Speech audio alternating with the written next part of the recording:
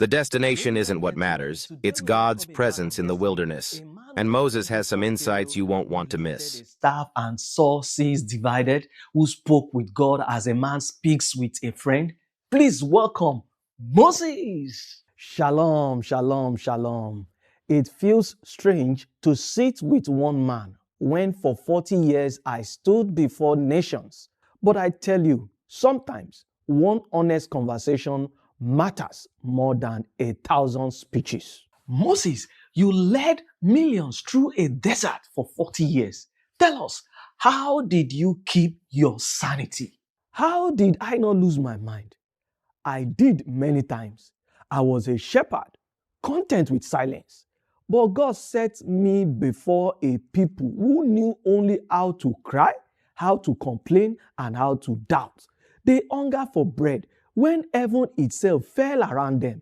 We are tired of manna, they said. And I thought, how blind is the heart that grows weary of miracles? The wilderness was not the sand beneath their feet. The wilderness was the restlessness within their souls. Moses, you witness miracles every day, yet your people still complained. What sustained you when their faith failed? Tell us. What kept me? Not their faith. It faltered. Not their gratitude. It really appeared.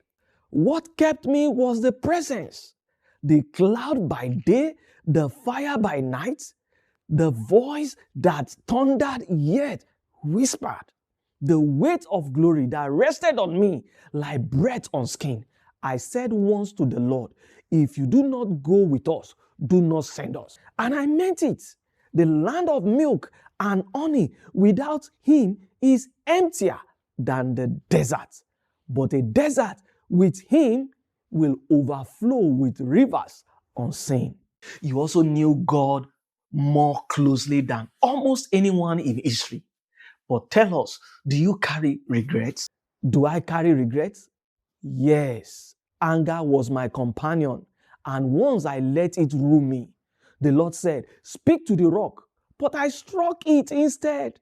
A moment of fury, and it cost me the land I longed for all my days. One act of disobedience can echo for a lifetime.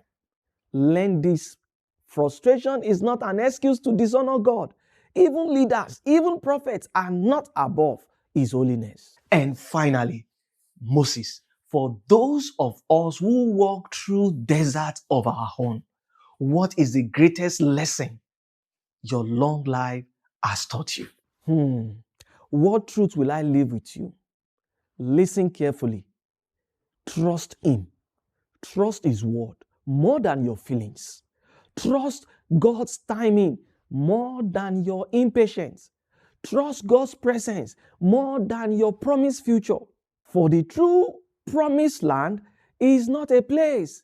It is in God. It has always been with God. Now forgive me. I left my sandals by a bush that is still burning. Bye-bye. Thank you, Moses, for reminding us that in every wilderness, God's presence is greater than the promised land.